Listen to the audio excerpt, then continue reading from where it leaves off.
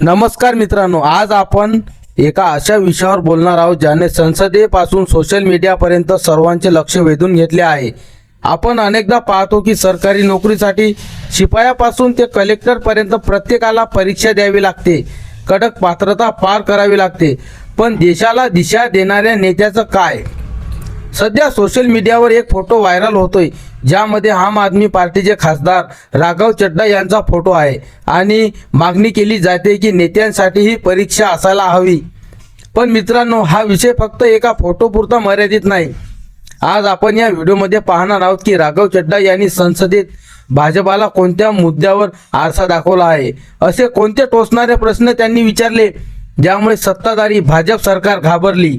मग तो मोबाईल रिचार्जचा मुद्दा असो वा ईडी सीबीआयचा वापर. आज होणार सविस्तर विश्लेषण.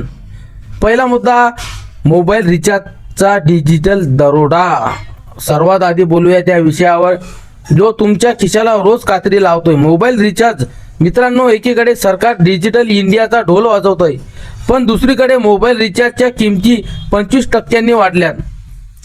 राघव चड्ढा यांनी संसदेत थेट विचारलं, हे डिजिटल इंडिया आहे की डिजिटल लूट? त्यांनी आकडेवारीनिशी सिद्ध केले की खाजगी कंपन्या सामान्यांचा खिसा कापतय आणि सरकार गप्प आहे. पण यामागचं खरं राजकारण काय? राघवांनी विचारलं की BSNL का संपवलं? जर सरकारी कंपनी BSNL कडे आज 5G असतं तर जिओ आणि एअरटेलची हिंमत झाली असती का रिचार्ज वाढवायची? आपल्याला खास मित्रांच्या अदानी अंबानीसाठी यांच्या फायद्यासाठी सरकारी कंपनीला अपंग करणं हा राष्ट्रवाद आहे का? हा प्रश्न राघवांनी संसदेत विचारून भाजपाची सो उडवली.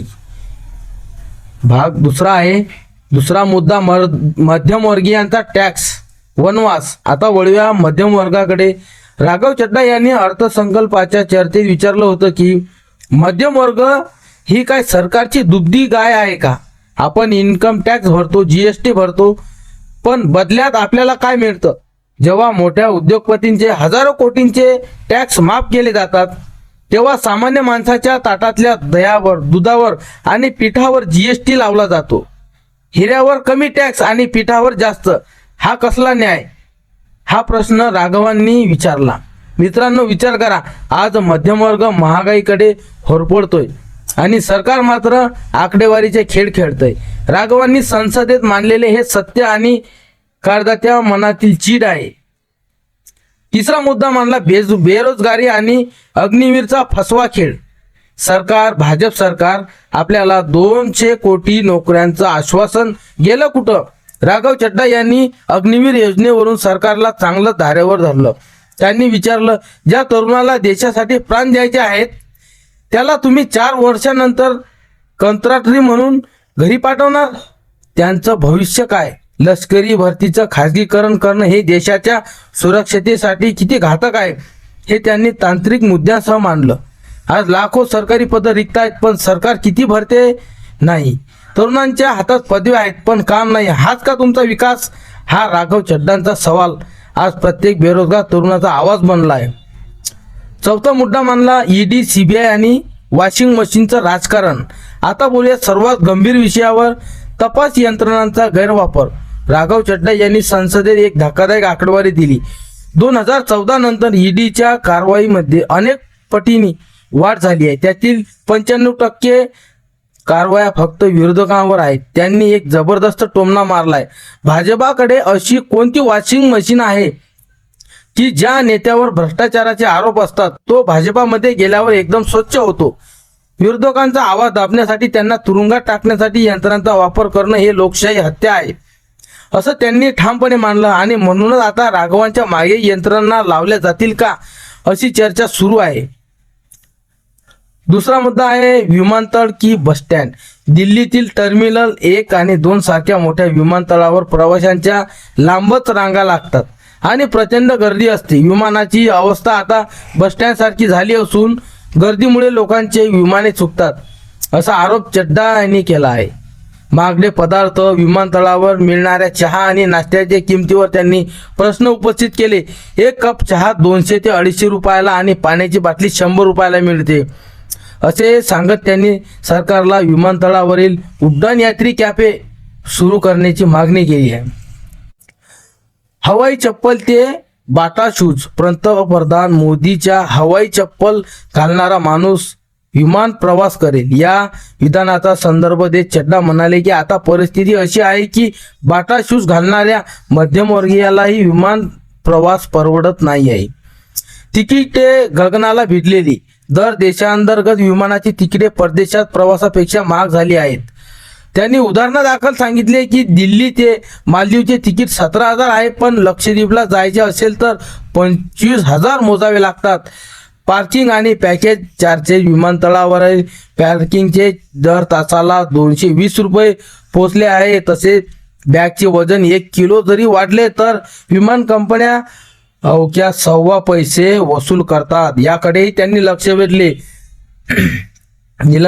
विलंबनासाठी भरपाई, विमाने तासनतास उशिरा धावत असूनही प्रवाशांना कोणतीही भरपाई मिळत नाही. विमान कंपन्यांच्या या नफेखोरीवर सरकारचे नियंत्रण ठेवावे अशी मागणी यांनी केली.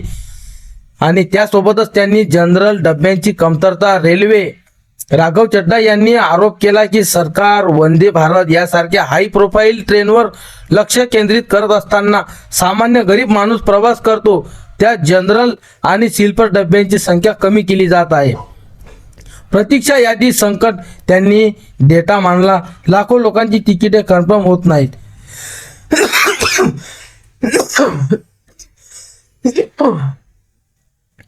रेल्वे आता सामान्यांसाठी राहिली नसून फक्त श्रीमंतांसाठी प्रीमियम सेवा बनत चालली आहे असा दावा त्यांनी केला आहे. ज्येष्ठ नागरिकांची सवलत, कोरोना काळात बंद केलेली ज्येष्ठ नागरिकांच्या रेल्वे प्रवासातील सवलत सरकारने अद्याप सुरू न केल्याने त्यांनी तीव्र नाराजी व्यक्त केली आणि ती पुन्हा सुरू करण्याची मागणी केली. सुरक्षिततेचा प्रश्न आहे. वारंवार होणारे रेल्वे अपघात आणि कवच सारखी सुरक्षा यंत्रणा सर्व ट्रेनमध्ये अद्याप का लागू झाली नाही यावर त्यांनी प्रश्नचिन्ह उपस्थित केले. थोडक्यात सांगायचे तर रेल्वे हे गरिबांचे विमान होते, पण आता सरकारने ते गरिबांपासून हिरवले आहे असा त्यांचा आरोप होता. तुम्हाला काय वाटते? सरकारने नवीन बुलेट ट्रेन किंवा वंदे भारत आणण्यापेक्षा जुने रेल्वे गाड्यांचे जनरल डबे वाढवण्यात जास्त भर द्यायला हवा का? दुहेरी लूट, सध्या दुहेरी लूट चालू आहे भाजप सरकारची. नवीन गाडी घेताना सामान्य माणूस आधीच लाखो रुपये रोड टॅक्स भरतो, मग पुन्हा त्याच रस्त्यावरून प्रवास करताना टोल टॅक्स का द्यायचा? हा जनतेचा होणारा अन्याय आहे. रस्त्यांची दुर्दशा तर आहेच. सरकार भाजपचे आहे. महामार्गावरील टोल वसुली कधीच थांबत नाही, मात्र त्या बदलत्या जनतेला खड्डेमुक्त आणि सुरक्षित रस्ते मिळत नाही ही वस्तुस्थिती मांडली. सर्वसामान्यांचा आवाज, एकच सुविधेसाठी दोनदा टॅक्स भरणे हे आर्थिक शोषण असून राघव चड्डा यांनी संसदेत थेट सरकारला जाब विचारून मध्यमवर्गीयांचे प्रतिनिधित्व केले आहे. आजपर्यंत असा माणूस आपल्यासाठी उभा राहणारा कोणीच नाही. सरकारला आव्हान, टॅक्स घेऊनही जर रस्ते खराब असतील तर टोल वसुली नैतिकदृष्ट्या चुकीची आहे असा आक्रमक पवित्रा त्यांनी या भाषणातून केला आहे. आता बदलाची गरज काय आहे? मित्रांनो, आपल्याला एकच सांगतो, संसदेत प्रश्न विचारणारा माणूस अभ्यासू असायला हवा. महाराज अडाणी चहा विकणारा नसावा. राघव चड्डा यांनी मांडलेले मुद्दे केवळ राजकीय नाही तर ते तुमच्या आणि माझ्या अस्तित्वाचे प्रश्न आहेत.